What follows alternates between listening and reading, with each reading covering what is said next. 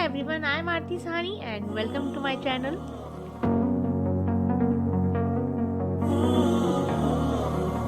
So last week I went to Goa for 4 days and that was my first visit to Goa and I really had a great time there. I did lot of research about Goa like food, hotel, transportation, tourist spot, everything. Then I thought why not to share it with you, so I made this vlog. So if you are going to Goa for the first time, then I hope this vlog will help you.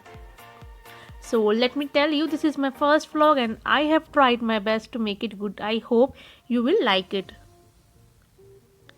So if you are going to Goa, it is very important to keep your vaccination certificate with you. Otherwise, the airport authority will ask for your fresh RT-PCR negative test report. So we were staying in Red Fox Hotel at Morjim, which was quite far from the city and the airport too. It took us almost 2 hours to reach there, and the worst part about Goa is that there is no Ola and Uber there. So you can take a local cab and there is one cab service provider, Goa Miles करके. So you have to install their app and you can book the cab. So Morjim जाने के लिए we have paid 1500 rupees and जिस दिन हम गोवा पहुँचे so उस दिन it was raining so heavily that we couldn't go anywhere else. I must say Goan people are very friendly and helpful and they speak Konkani language but they understand and speak Hindi and English both. So I don't think so language को लेके कुछ भी आपको वहाँ पे problem आएगी. So it is very important कि हम ऐसी जगह पे stay करें जहाँ से आपको सब कुछ पास पड़े because आप अगर आउटर में जाकर रहोगे तो things will be difficult for you. So if you want to stay in Goa then you can stay around Baga beach, कैलनगुड बीच और पंजिम बिकॉज यहाँ से आपको सब कुछ ऑलमोस्ट पास ही पड़ेगा.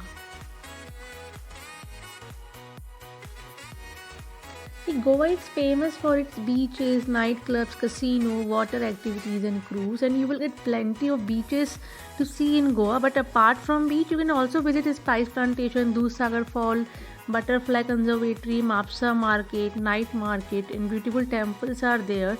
So in this video, I'm going to share everything with you.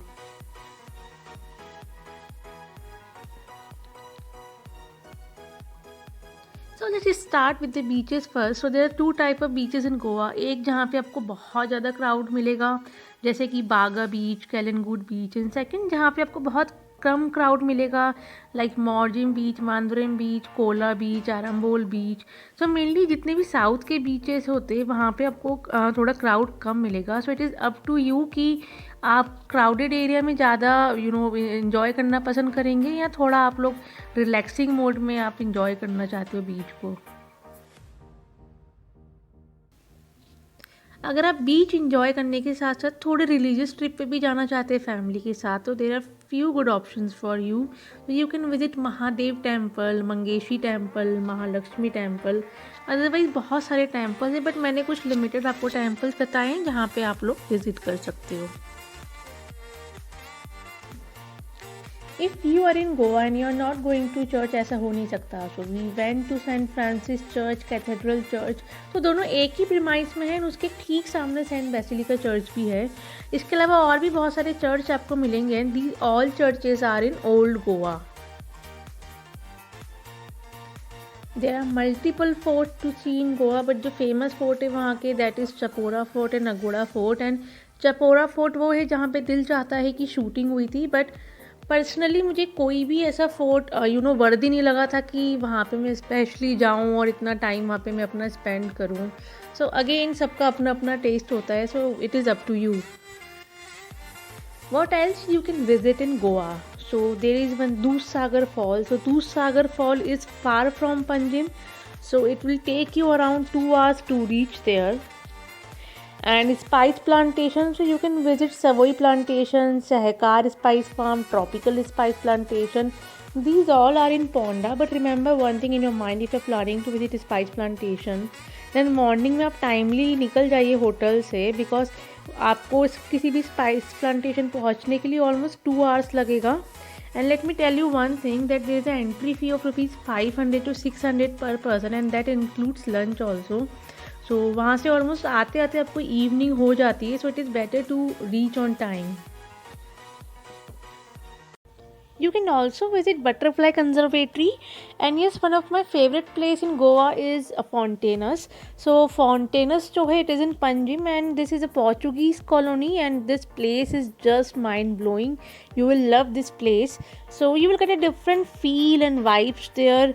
So and I will highly recommend you to visit this place. And यहाँ पे आके आपको बहुत सारे अच्छे रेस्टोरेंट्स मिलेंगे, क्रूज, कसिनो, सब कुछ मिलेगा आपको यहाँ पे. सो अगर आप लोग गोवा जा रहे हैं ना, आप कुछ डिफरेंट सा एक्सपीरियंस लेना चाहते हैं गोवा में other than beach and night parties and clubs, so आप डेफिनेटली फॉन्टेनस विजिट कर सकते हैं. यहाँ की कॉलोनीज, जो पोर्चुगीज़ कॉलोनी है, वहाँ पे आप जाके थोड़ा एक्सप्लोर कर सकते हैं, तो आपको बहुत अच्छा लगेगा वहाँ पे. So that was all about the tourist places you can visit. Now let's talk about the other things. You can wear anything in Goa as per your comfort level, but if you are visiting church, casino, clubs, then yes, you have to wear a proper dress because वहाँ पे shorts allowed नहीं होते हैं. So how to travel locally? If you want to explore Goa, then you can take 2-wheeler or 4-wheeler on rent. So 2-wheeler का जो आपको per day cost पड़ेगी वो 400 पर डे आपको पे करना होगा, एंड 4-wheeler का 1500 पर डे. एंड डॉक्यूमेंट्स में आपको अपना कोई भी आईडी प्रूफ सबमिट करना होता है. And one important thing here is, अगर आप कोई भी व्हीकल रेंट पे ले रहे हो वहाँ पे, तो आप सबसे पहले चेक कर लीजिए उसमें कोई गाड़ी पे आपकी डेंट तो नहीं लगा है, एंड उसकी एक वीडियो बना लीजिए आप. एंड आपकी जो भी नंबर प्लेट है आपकी गाड़ी का, आप उसकी पिक लेना मत भूलिए, बिकॉज कई बार क्या होता है, हम लोगों ने अपनी गाड़ी को पार्किंग में लगाया एंड ऑब्वियसली आपको नंबर तो याद रहेगा नहीं अपनी गाड़ी का, तो इट इज़ बेटर कि हम अपनी गाड़ी की नंबर प्लेट की हम पिक ले लें, तो उससे होगा ये कि हम अपनी गाड़ी को इजीली आइडेंटिफाई कर पाएंगे. And if you are driving 2-wheeler, then it is compulsory to wear helmet and keep your driving licence with you.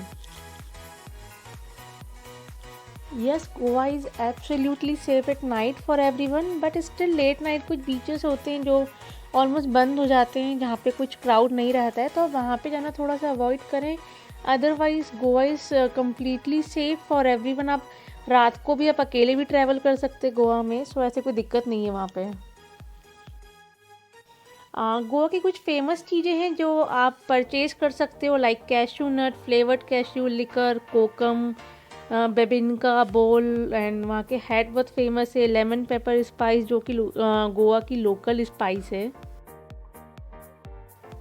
If you like to drink, then you will get a plenty of options in Goa, and that too at cheaper rate. You will get all brands there, from imported one to local one. But if you are going to Goa, then definitely you should try some famous liquors of Goa. So in local liquor, the most famous is Fanny. So Fanny comes in 3 different flavors: coconut Fanny, cashew nut Fanny, and cashew nut masala Fanny. Next is Urak. Only few people know about Urak, and Urak basically आपको summers में मिलेगी, but कुछ shops है गोवा की जो उराक हर season में उनके पास available रहती है. एंड अपार्ट फ्रॉम उराक एंड फैनी, वहाँ की जो और भी जो दूसरी फेमस लिकर्स है वो है coconut rum, Cabo, Sula wine, Desmondji spirit and liquor which is made up of sugar cane, माडा. So this is a list of famous Goa liquor. So you can carry 5 litre per person, but still कभी कभी कुछ rules and regulation में change होता रहता है, तो it is better कि आप अगर आप गोवा से लिकर परचेज कर रहे हैं तो आप और थोड़ी इन्फॉर्मेशन लेके जाइए, बिकॉज अगर कुछ चेंजेस आते हैं तो इट इज़ बेटर कि आप अवेयर रहें कि आप कितनी लिकर आपको एयरपोर्ट पे अलाउ रहेगी. Hardly people talk about Goan dessert and baked product and sweets of Goa. But Goa की भी अपनी एक खास डेजर्ट है, लाइक बेबिनका, डोडोल, सेरादुरा, बोल, प्लम केक, बोलिना, न्यूरोस, एंड उसके अलावा आपको और भी बहुत सारे बेक प्रोडक्ट मिल जाएंगे. अगर आप किसी भी गोवा की लोकल एंड ट्रेडिशनल बेकरी पे विजिट करेंगे तो ये सारी वैरायटी आपको देखने को मिलेगी. इसके अलावा भी और भी बहुत सारे बेक प्रोडक्ट है जो यूजुअली हर जगह देखने को नहीं मिलते हैं, वो आपको सिर्फ गोवा में ही देखने को मिलेंगे. So there are various places to buy these delicacies. So basically आप saint Peter bakery, Simonia bakery and saint Joseph bakery जो कि मापसा में, वहाँ से ले सकते हैं. उसके अलावा जिला बेकरी, डॉम पेड्रोस, ये और भी कुछ बेकरीज है जहाँ से आप अपने सारे गोवन डेजर्ट्स एंड स्वीट्स आप परचेज कर सकते हैं. So Mapsa is actually a local market of Goa where you will get everything from bakery product to clothing, liquor, dry fruits, flower shops, imported fruits, local spice to everything. It is such a huge market. So if you like to explore local things, then I will highly recommend you to visit this place once. And there are various night market in Goa for shopping like Anjuna night market, Arpora, Mapsa Friday market, Arambol night market. But Covid की वजह से ये सारे के सारे night market अभी closed हैं. And उसके अलावा you can also visit casino, club, cruise, ये सब आप विजिट कर सकते हो. सो इसकी जितनी भी इंफॉर्मेशन है आपको इजीली गूगल पे मिल जाएगी. So that was all about my visit to Goa, and I have covered few extra things for you, and I hope you have enjoyed the video. So this vlog was based on my personal experience, observations and some research. And if you really like my video, then do not forget to subscribe my channel, and you can also share the video. And if you have any other questions related to Goa, then feel free to ask me in the comment section below. I'll be glad to answer them.